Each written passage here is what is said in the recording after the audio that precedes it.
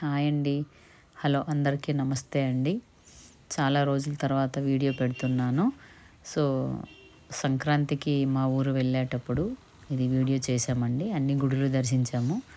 So, ఇది వంశధార దగ్గర ఆంజనేయ స్వామి విగ్రహం అండి. చాలా 180 పైనే ఉంటుందండి. ఇది ఎన్నో అడుగులు విగ్రహం ఇది. చాలా ఫేమస్ ఇది. అలాగే శ్రీమొకలింగం వెళ్ళామండి. శ్రీమొకలింగం అంటే చాలా రోజుల నుంచి నేను మిస్ అవుతున్నా. సో, ఇప్పటికీ అయిందండి ఇది. చాలా బాగుంటుంది గుడి. చాలా పాత రోజుల నుంచి పురాతన కాలం గుడి అండి ఇది.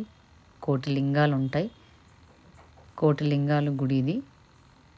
అప్పట్లో కాశీ అంటారు. కోటి లింగాలకు ఒక లింగం తక్కువ కాశీ అంటారండి దీన్ని. సో, దీనికి ఒక చరిత్ర కూడా ఉంది. సో, మా అమ్మగారు, నాన్నగారు, మా బ్రదర్, మా డాటర్ అందరూ వెళ్ళామండి. చాలా మంచిగా అనిపిస్తుంది గుడి. ఇది శివరాత్రికి చాలా రథోత్సవం జరుగుతూ ఉంటుంది. పక్కన వంశధార నది ఉంది. నదిలో విగ్రహాలన్నీ కడిగి శివరాత్రి జాగరాలు చేసి చాలా బాగా యాత్ర జరుగుతుంది. ఇక్కడ రథోత్సవం కూడా జరుగుతుంది. గుడి మేము వెళ్ళేటప్పుడు క్లోజ్ ఉంది. కొంచెం 2 o'clock వెళ్ళాము. శివరాత్రి ఆ టైంలో సోమవారం పూట బిజీగా ఉంటుందండి. మేము మధ్యాహ్నం పూట వెళ్ళాము కదా, కొంచెం ఫ్రీగానే ఉంది. ఎవరు లేరు, మేము ఫ్రీగా తిరుక్కుంటున్నాం గుడి చుట్టూ. సో, దీనికి ఒక గుడి స్టోరీ ఉందండి, పురాతన చరిత్ర.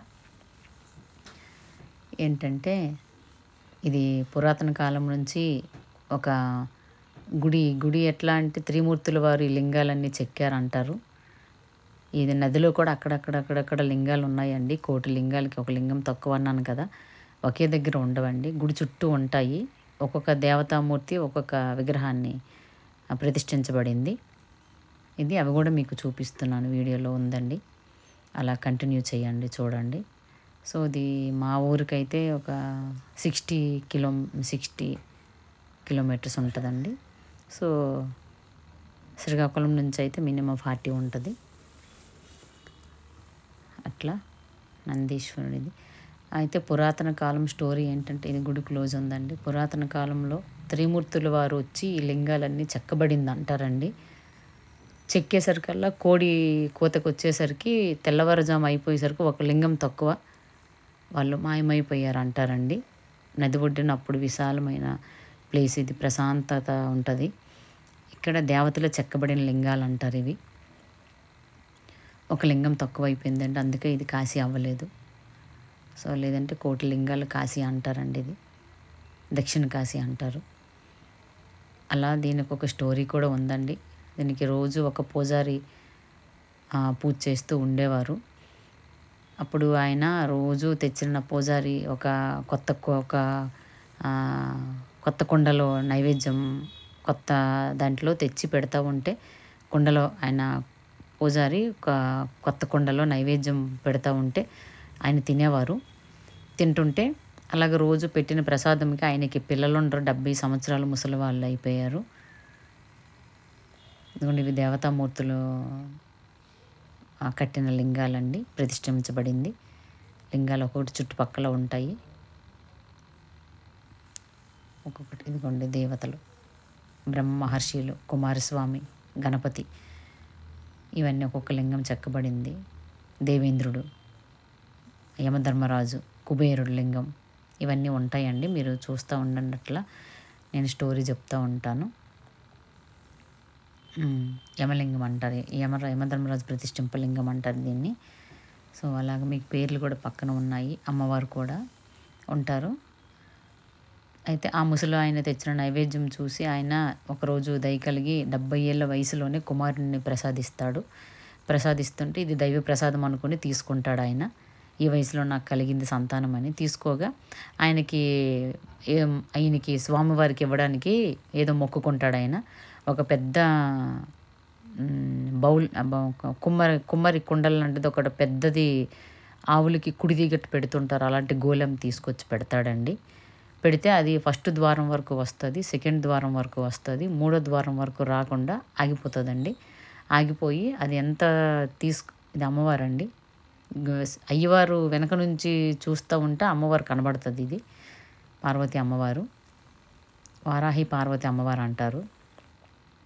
క్లోజ్ అయ్యింది మేము వెళ్ళేటప్పటికి. అయితే ఆయన ఆ గోళంని 3వ ద్వారం వరకు తీసుకొచ్చి అక్కడే ఆగిపోతుంది. ఆగిపోతే ఈ గోళం ఎందుకు రావట్లేదు, రోజు నేను ఇచ్చిన నైవేద్యం నీవు తిన్నావు కదా, ఈరోజు ఇది మీకు నాకు బిడ్డనిచ్చావని మీకు ఇది నేను ప్రజెంటేషన్గా ఇస్తుంటే మీరు తీసుకోవట్లేదు, నాలో ఏం దోషం ఉందో అని చెప్పి ఆయన వెనక్కి తిరిగి ఆ పిల్లాడు, నాకు ఈ పిల్లాడు వద్దు ఇది వద్దు అనుకుని ఆ పిల్లాడు నా గోళంలో వేసేసి వెళ్ళిపోతాడండి.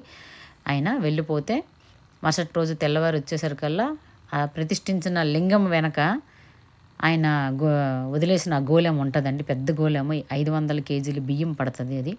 అంత గోళంలో పిల్లాడు కూడా ఉంటారండి. ఉన్న తర్వాత నువ్వు ఇచ్చిన పిల్లాడు నాకు వద్దు, నువ్వు ఇచ్చిన ప్రసాదం నేను తీసుకున్నప్పుడు నువ్వు ఇచ్చిన పిల్లాడు నాకు వద్దని పడేసి వెళ్ళిపోయింది కదండి. తెల్లవారు రాగానే పంతులు డోర్లు తీయంగానే ఆ గోళము శివుని వెనక్కి ఉంటుందండి, లింగం వెనక్కి. అయితే అప్పుడు ఆయన పిలుచుకొని వచ్చి ముసలి పూజారిని పిలుచుకొని వచ్చి మీరు ఇచ్చిన ప్రజెంటేషను ఇక్కడ వెనకకి దేవుడు అమర్చబడుకున్నారు చూడండి అంటే అందులో పిల్లాడు ఉంటే ఆ పిల్లాడిని తీసుకుంటాడు. తీసుకున్నప్పుడు ఆ పిల్లవాడికి అనుకుంటాడు, అప్పుడు నా స్వామి నేను ఇచ్చిన ప్రసాదాన్ని స్వీకరించాడు బహుమతిని అని చెప్పి ఆయన సంతోషంతో పిల్లాడిని తీసుకొని వెళ్ళిపోతాడు. అప్పటి నుంచి దీనికి ఒక చరిత్ర ఏంటంటే, ఆ గోళం నిండా ఎవరైనా మొక్కుకున్నది మొక్కులు తీర్చాలనుకుంటే వాళ్ళు అనుకున్న కోరిక అయిన తర్వాత దాంట్లో బియ్యమైనా 500 కేజీలు, బెల్లమైనా 500 కేజీలు నింపబడుతుందండి. సో నింపాలి, మన కోరిక తీరిన తర్వాత నింపాలి మనం మొక్కుకుంటే. అదండి ఇక్కడ స్వామివారు ఎట్లా ఉంటారంటే ముఖం రూపంలో ఉంటారండి, లింగం రూపంలో ఉండరు. ఓన్లీ ముఖం ఉంటుందండి, ముక్కు కళ్ళు చెవులు అన్నీ ఉంటాయి స్వామివారికి. సో శ్రీ ముఖలింగేశ్వర్ అని పేరు వచ్చింది అందుకని. ఇది చాలా మహిమగల గుడి అండి. మా ఫ్యామిలీ అంత ఫోటో. సో ఇదిగోండి గుడి ఓపెన్ చేస్తున్నారు, లోపలికి వెళ్తున్నాం.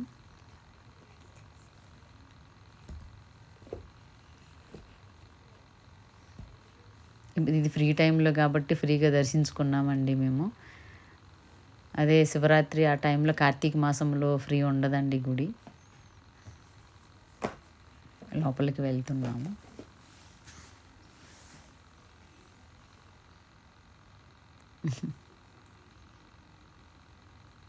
కానీ లోపల విగ్రహాన్ని తీయనివ్వలేదండి.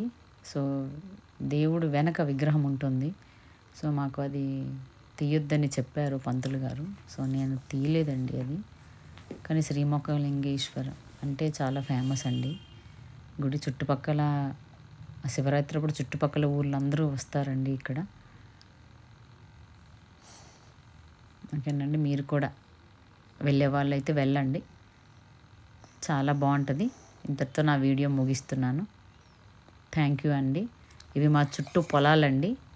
ఈ పొలాలన్నీ కూడా ఆ ముఖలింగేశ్వర స్వామి గుడికి పక్కన రోడ్డు అండి. ఇది వెళ్ళే వేలో చుట్టూ పొలాలే. మాకు చాలా ఇష్టం పొలాలు, వీడియోలు అన్నీ, నదులు, చెట్లు, వీడియోలు అన్నీ కూడా తీయడం. సో ఇది మేము కారులో పొలాలన్నీ తీసుకొని వెళ్తున్నామండి. Thank you for watching.